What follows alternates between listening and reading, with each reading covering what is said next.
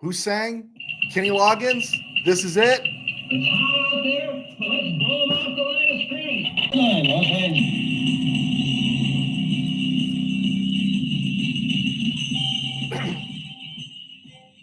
Live from the RamCave, I'm Joe Terosian, and this is RamView, the January 13th, 2025 edition, brought to you by Kistler Law Firm. Injured in an auto accident? Need help? Got questions? Call Kistler Law at 661-206-6990. That's Kistler Law at 206-699-6990. And check out KistlerLawFirm.com. Kistler Law, they've been fighting for you since 92. And by Temple City Auto Repair, having some auto issues, get yourself some John and Henry at TempleCityAutoRepair.com. I've got some playoff jitters going here.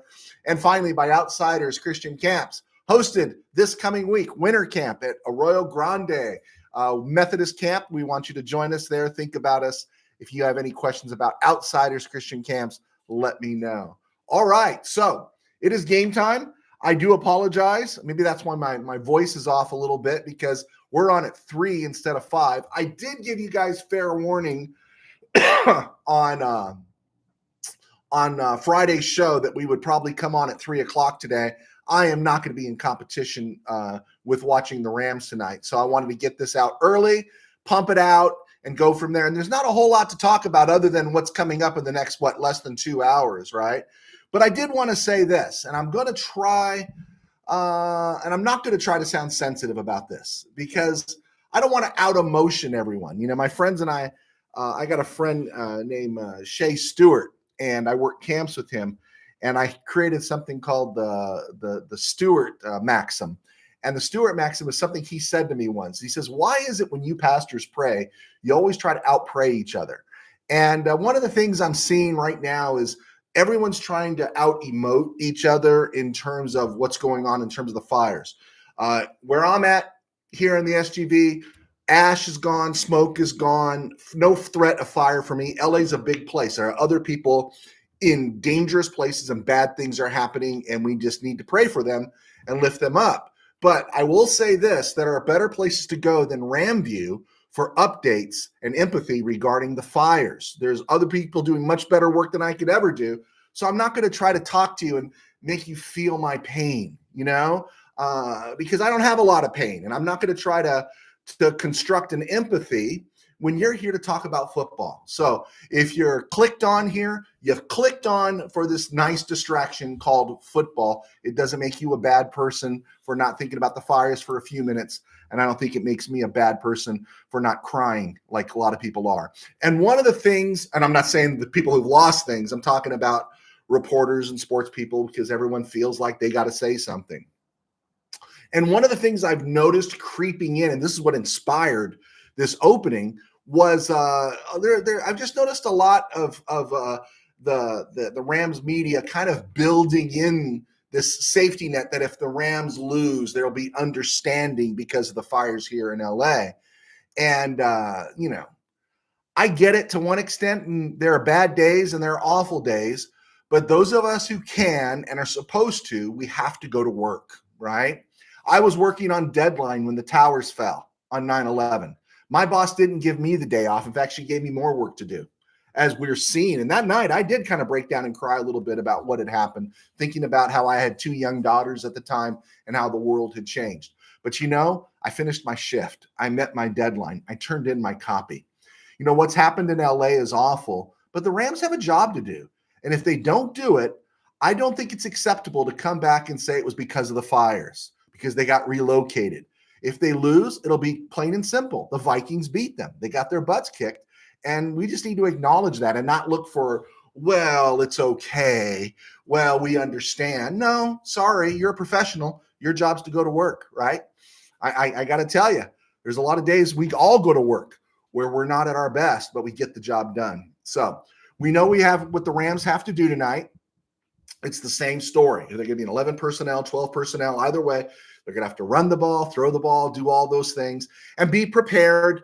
They made a big deal out of Brian Flores' blitz package and everything. That Thursday night game, the Rams handled it well. The team is playing better now. The offensive line is better now than it was What was that, week 8? I think that was that game. And so they're going to make adjustments. Rams need to make adjustments. I trust Sean McVay when it comes to making adjustments. The only thing I'm worried about with Sean McVay is I hope he doesn't revert to old form and abandon the running game if it gets off to a slow start. That's about the only thing I worry about with McVay. Remember, the Vikings are a very mortal team. 14 wins makes them seem unbeatable, but 11 of those wins came against non-playoff teams. And we get further down, I'm going to share a little bit more about that. Pressuring Sam Darnold is what the Rams need to do. They pressure Sam Darnold.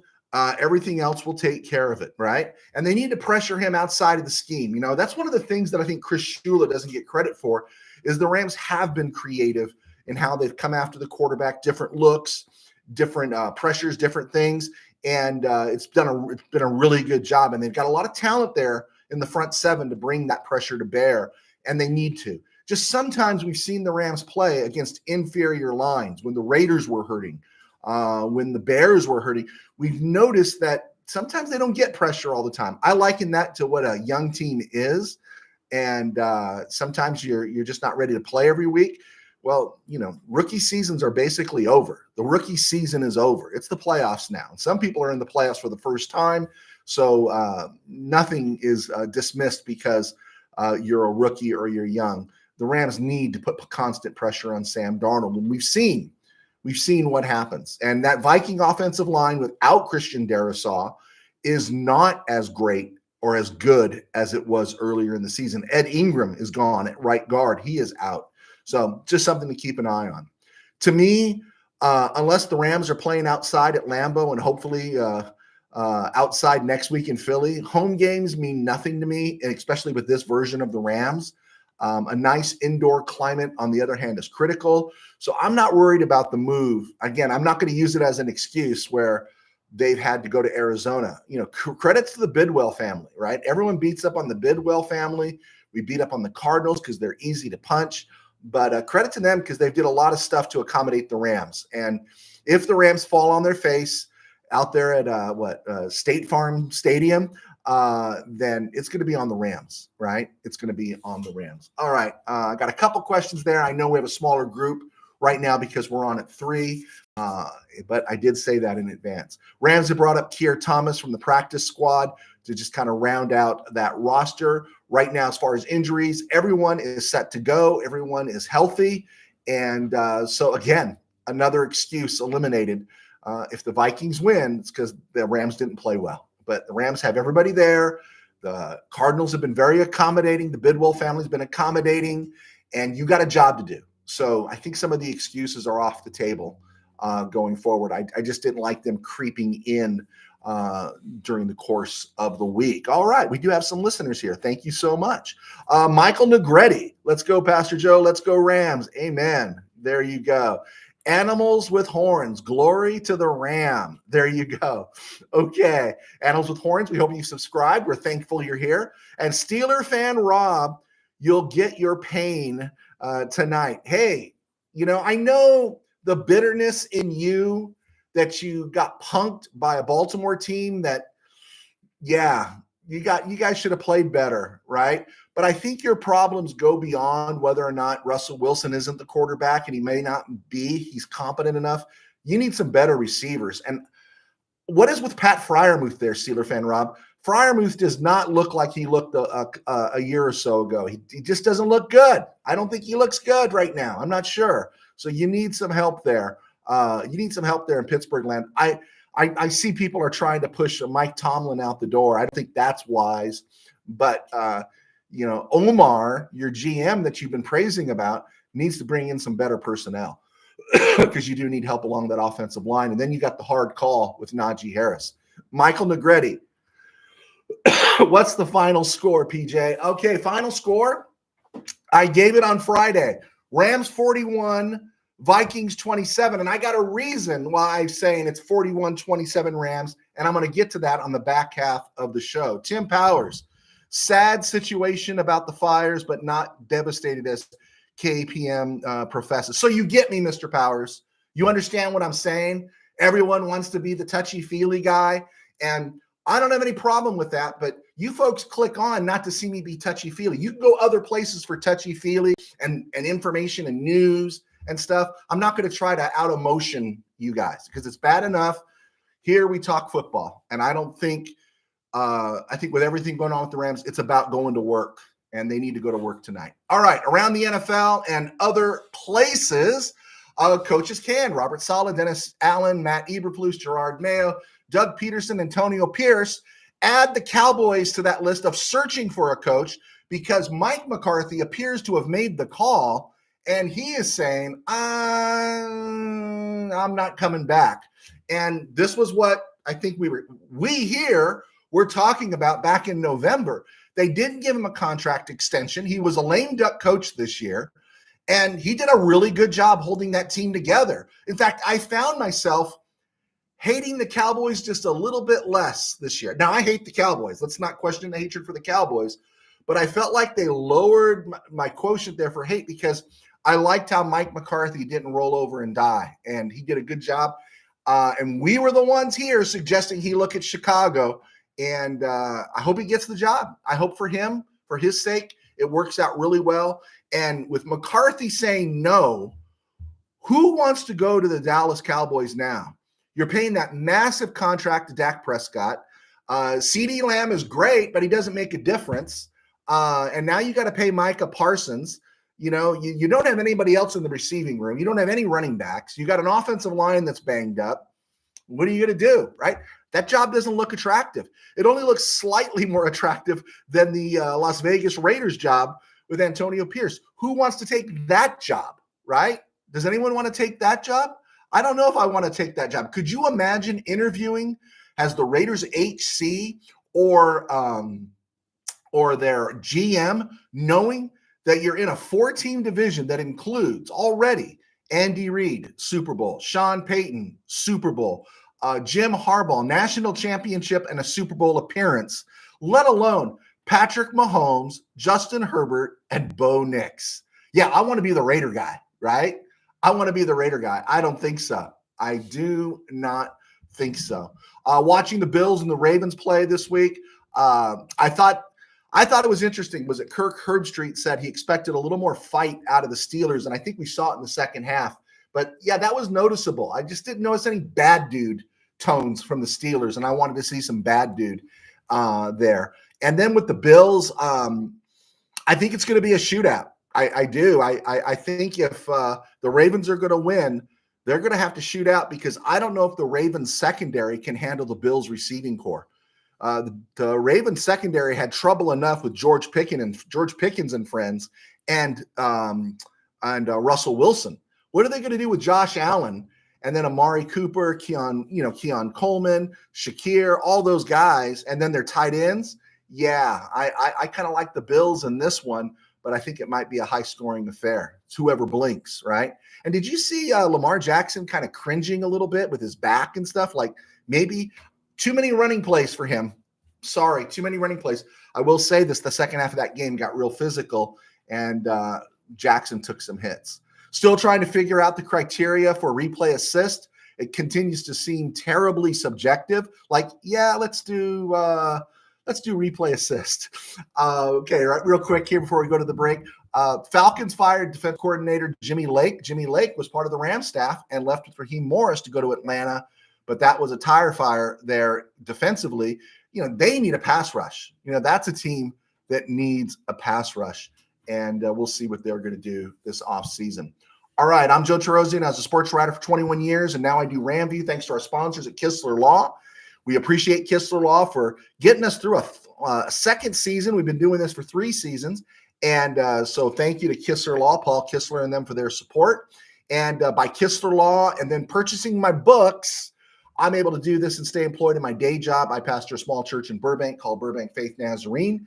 And you can find us right here on YouTube at Burbank Faith Virtual, burbankfaithvirtual.com, and Burbank Faith Virtual all across the internet. My books are on Amazon. Be sure to check them out. This is Tangent Dreams, one of my best sellers, and high school football, right? With a little gas twist. Check it out. We appreciate your support.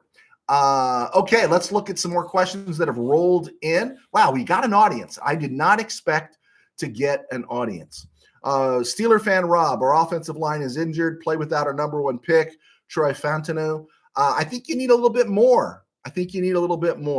Steeler fan Rob, need to move Broderick. Okay, so you're admitting it. Broderick Jones to left tackle and get rid of Dan Moore Jr. You got stuff.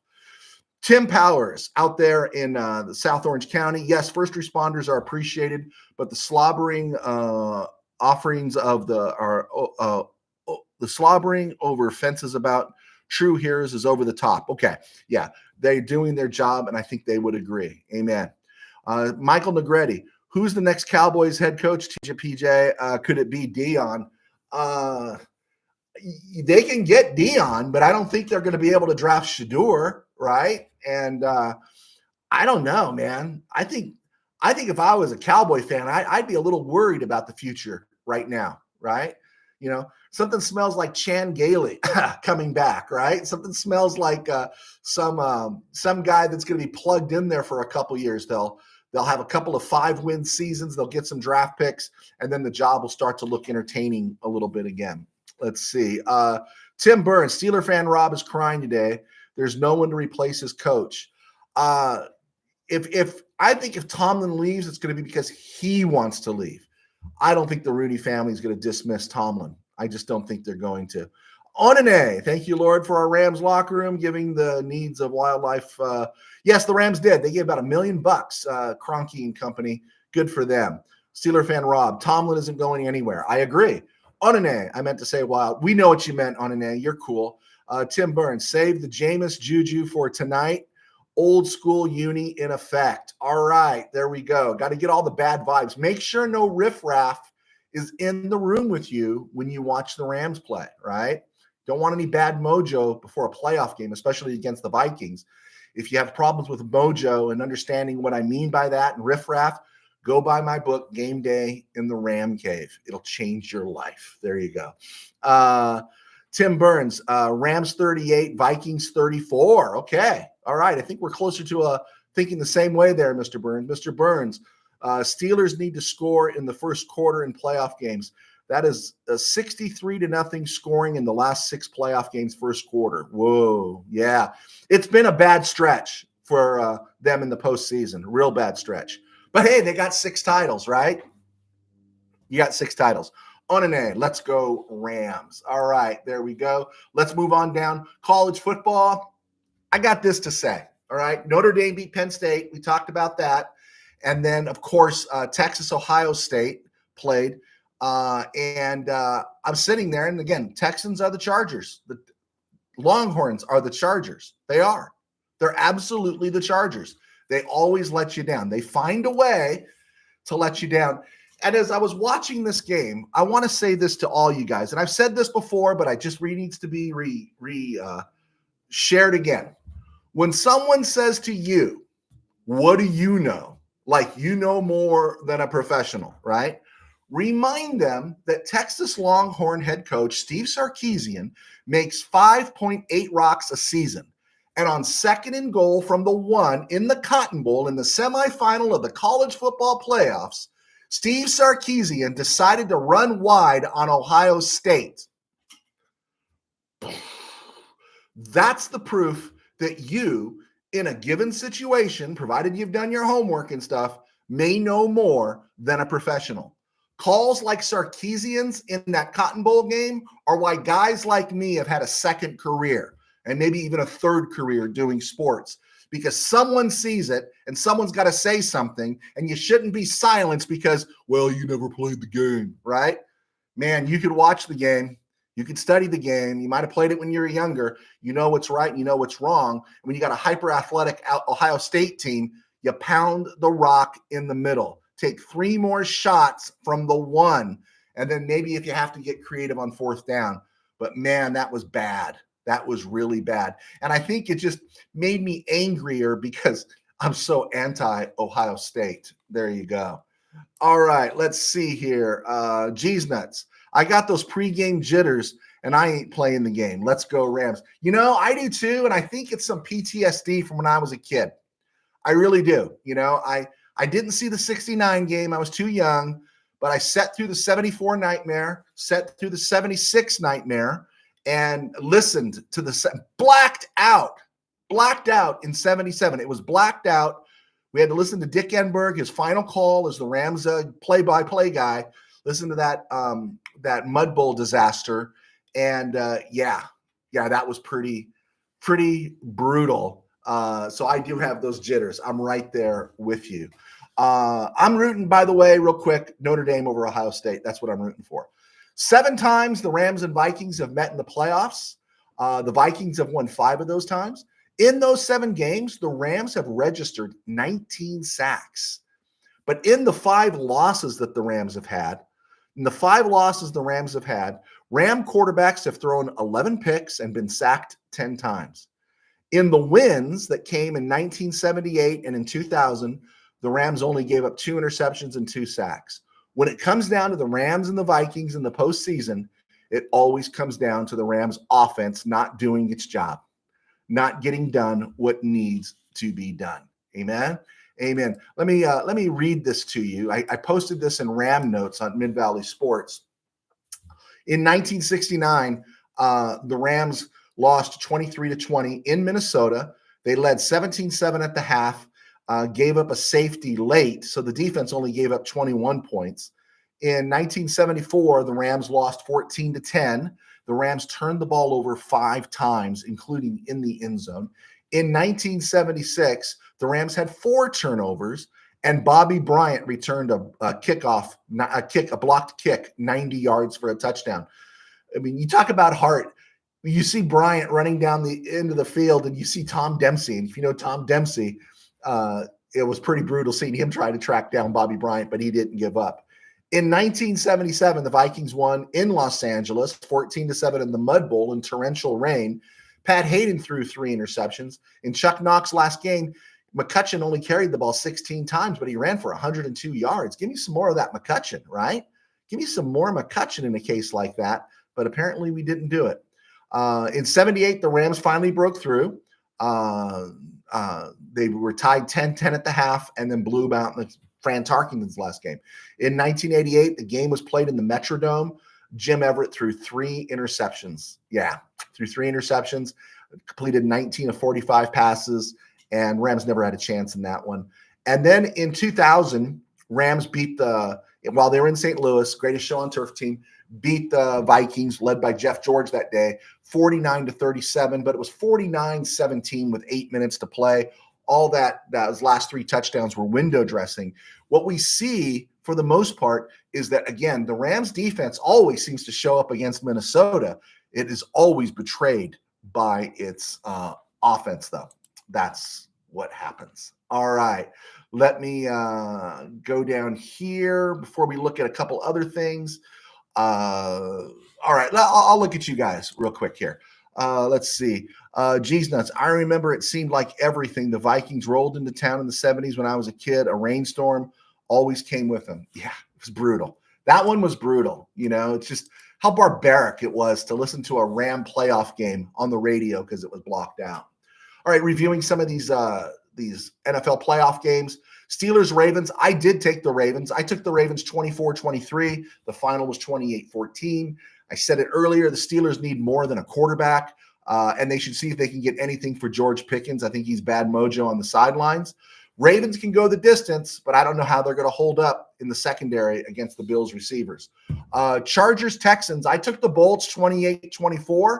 I should know better, and I just thought, Houston won 32-12. But I want to say this. If you think that was Justin Herbert's fault, you don't know football, man, or you're seeing a different game. I shouldn't say you don't know football. Justin Herbert was sacked 4 times, hit 9 times, had his arm hit 3 times throwing the ball. Did you see Will Dissly? Did you see Quentin Johnson? Note to Justin Herbert, never throw the ball to Quentin Johnson. When I was a kid, they were playing basketball. You play 3-on-3 or 4-on-4, and, you shoot for teams. And there's always that one guy that throws up a brick that straight away that banks in, and you're stuck with him on your team.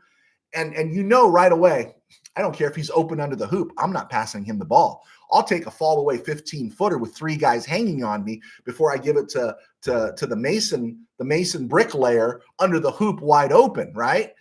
You should think that about Quentin Johnson, Justin Herbert. Never pass him the ball. Outside of Lad McConkey, there was nobody there. And the offensive line did not do the job. And so J.K. Dobbins couldn't run anything, and it was just a matter of time. The defense, it's awful. The defense takes the heat for giving up 32 points there. But again, it was the offense that betrayed them. Was Justin Herbert great? No, but I think he got a bit of the Messiah complex in there, and his team let him down. That Will Disley, man, they shouldn't have let him back on the bus.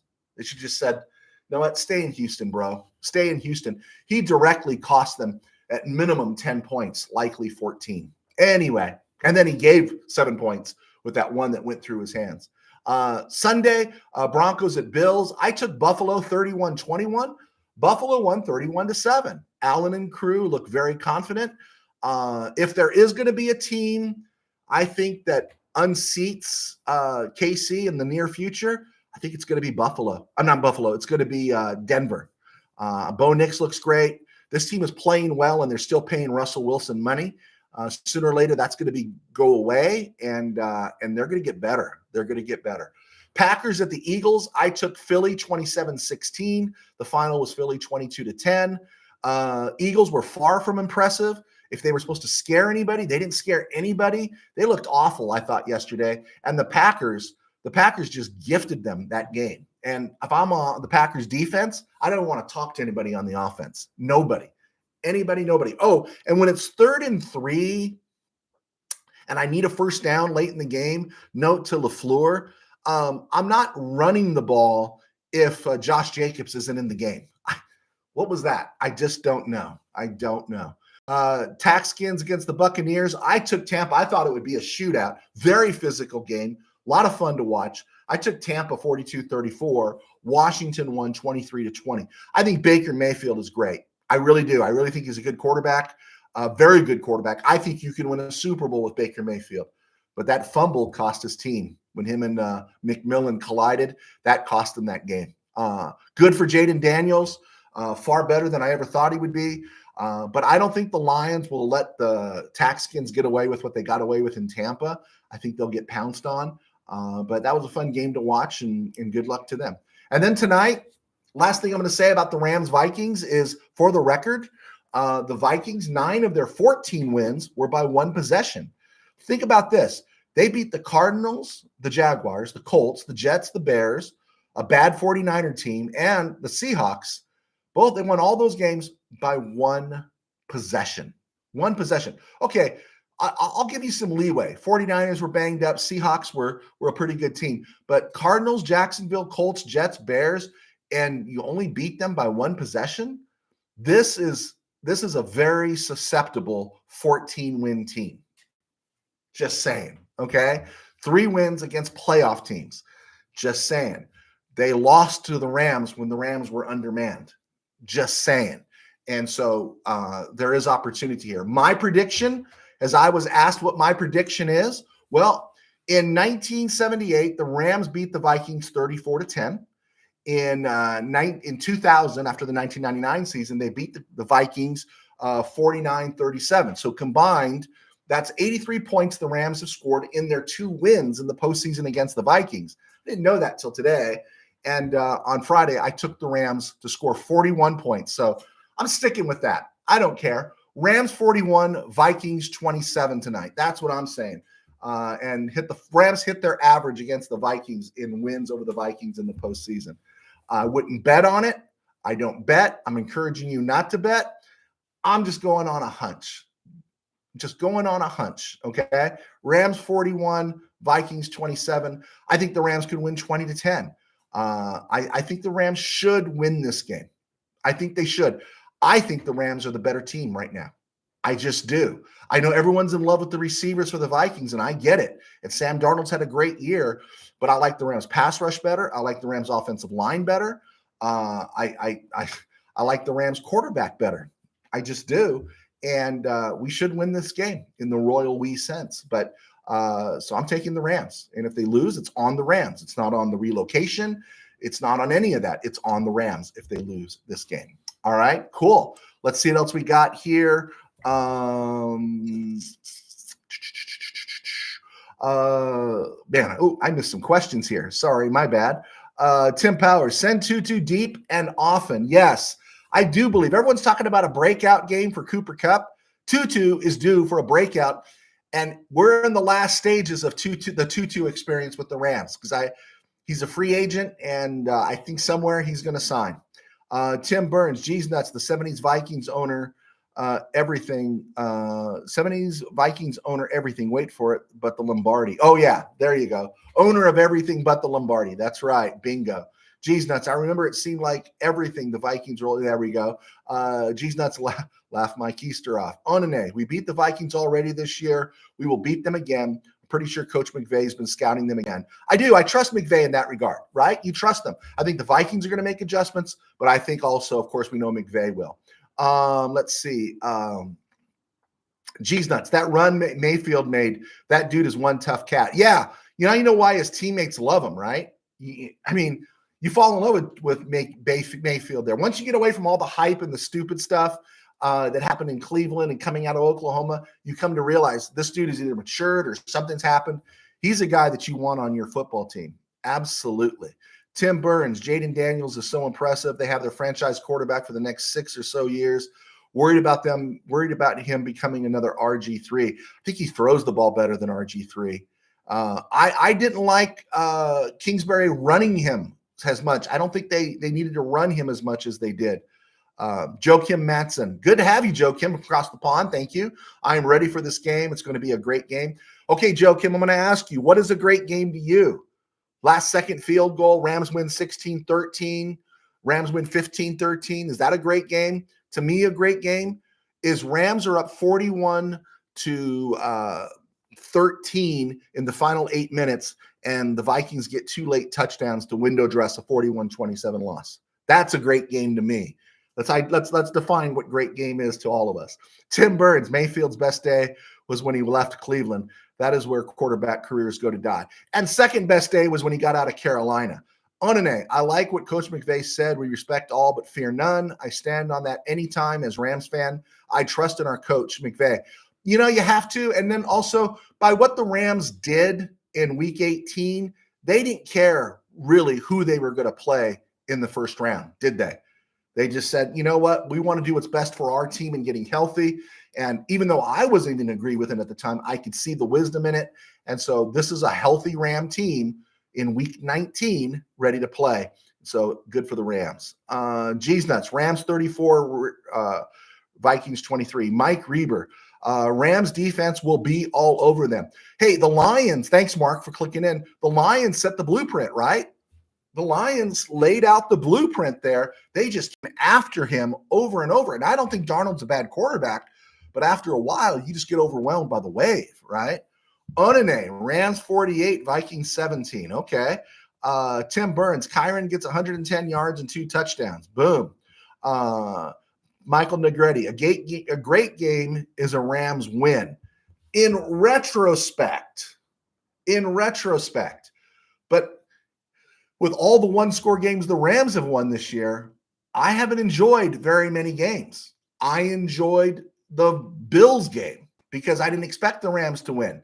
But I haven't enjoyed a whole lot. This has been the most unpleasant of all Rams seasons for me, right?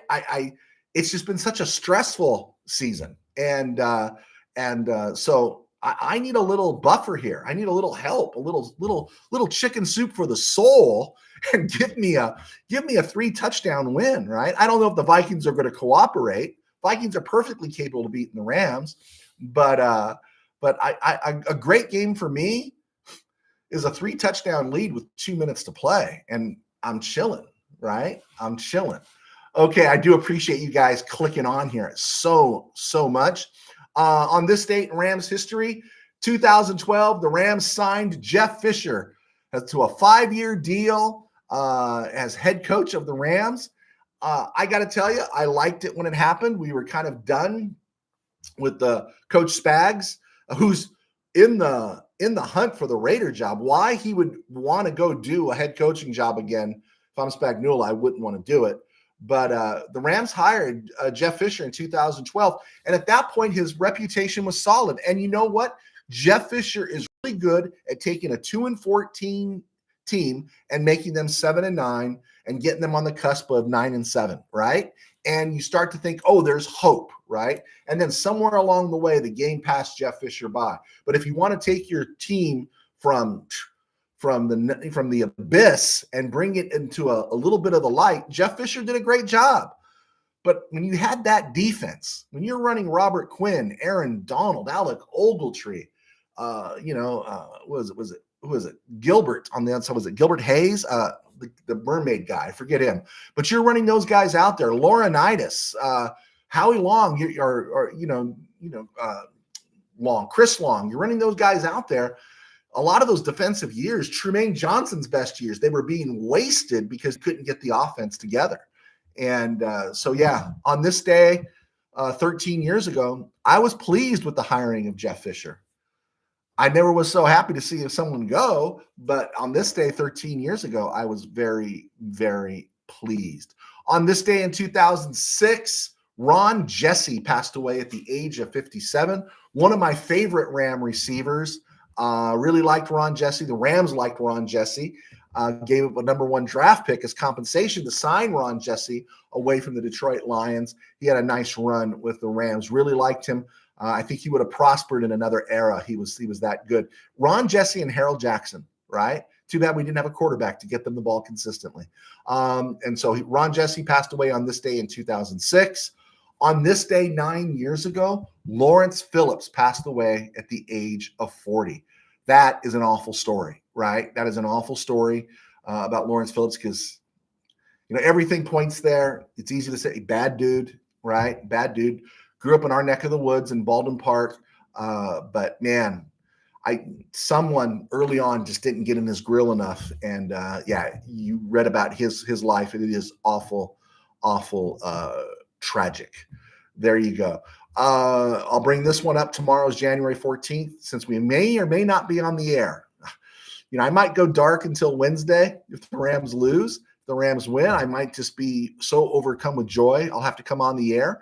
But on January 14th, 1990, it was the end of the original version of Los Angeles Rams. They lost the NFC Championship game 30-3 to the 49ers. Nothing was ever the same again. And Georgia put that team on a track to go to St. Louis. Jim Everett was never the same again after the Larry Roberts Phantom sack. It was just never the same after that. John Robinson was never the same. And we began to realize by the 1990 season, after 1989, in the 90 season, that the team, through Robinson and John Shaw and all of them, had butchered the plethora of picks they got in the Eric Dickerson deal, unlike the Cowboys did with their Herschel Walker picks. All right, there we go. I think I got it all in. I don't want to go too much longer here, but I'll look at some questions. Mark Reber, last year was stressful also. Yeah, I agree with you to one extent, Mark, is that I remember saying, the Rams could finish what? I think the Rams were going to finish 8-9. I thought they'd finish 9-8. It would be a good year. A really outlier year would be 10-7, and they did. But I think everyone was so expecting going into last season that the Rams weren't going to be good, that everything was gravy, right? Everything was gravy. I have to admit, I drank the Kool-Aid this year. I looked at this team and I thought, ooh, they can win all these games. And I think, I've shared it before. I said high end was I think they can win 13. Low end, I think they can win 11. And, if things were different, they probably would have won 11. And but everything was a struggle this year. Everything was a struggle. So I get what you're saying there, Mr. Reber. Willie Bowen, good to have you, Billy. Darnold will see the law firm reverse Fisk and Witherspoon. Amen. There we go. All right. Hungadunga. Do those guys. Tim Burns. I hear 7-9 in Fisher's dive. Right tackle dive. Left incompletion punt goes through my mind. He is on the no speak name list along with a rabid boat captain. So I can't talk about Jeff Fisher. Okay, Mr. Burns, I'll keep that in mind. Mark Reber, there's an old Rams player from the 70s that was a pastor also. Rob Scribner, I heard, went into the ministry. Is that who you're thinking of, Mr. Reber? I was thinking of Rob Scribner. Rosie Greer became a minister. Of course, he was in the 60s. So let's take a look at that in your area, I believe. Oh, okay. Grow on the spike. So we think the Vikes. We're thinking Vikes by outgrowth on this. Okay, I got the Viking guy here. Grow on the spike. We're thinking Vikings by 7. Okay. Vikings by 7. All right. You're welcome to be here, man. I'm glad you're here. Onene. You will stay on the air. Don't worry. Okay. Tim Burns, 11 p.m. RamView when we win. Oh, man, it'll take a pretty powerful thing to get me to do that. Let's see. Onene, we will see you on the next episode, PJ. Okay, cool. Willie Bowen, Rosie Greer. Yeah, that's him. Yeah, Rosie Greer did become one, but so did Rob Scribner out of UCLA. And although he only had a cup of coffee with the Rams in the 80s, was Miles McPherson. He became a minister as well. Grow on the spike. Good luck. I respect all the fire victims. Skol. Vikings 34, Rams 27. Hey, man, just thank you for coming on, Grow on the Spike. Please feel free to subscribe, and we'll stay in touch throughout the year. Onene, the Lord Jesus Christ is with all of us. Rams Super Bowl 59. Rams are going to the Super Bowl. I'll buy. All right, guys. I'm going to let you go. It's going on 4 o'clock. And be sure to check us out from the RamCave. Check us out. Check my columns out on Mid-Valley Sports and midvalleysports.com. And go Rams. It all comes down to this, right? It all comes down to this. Thank you for clicking on, and we will see you soon.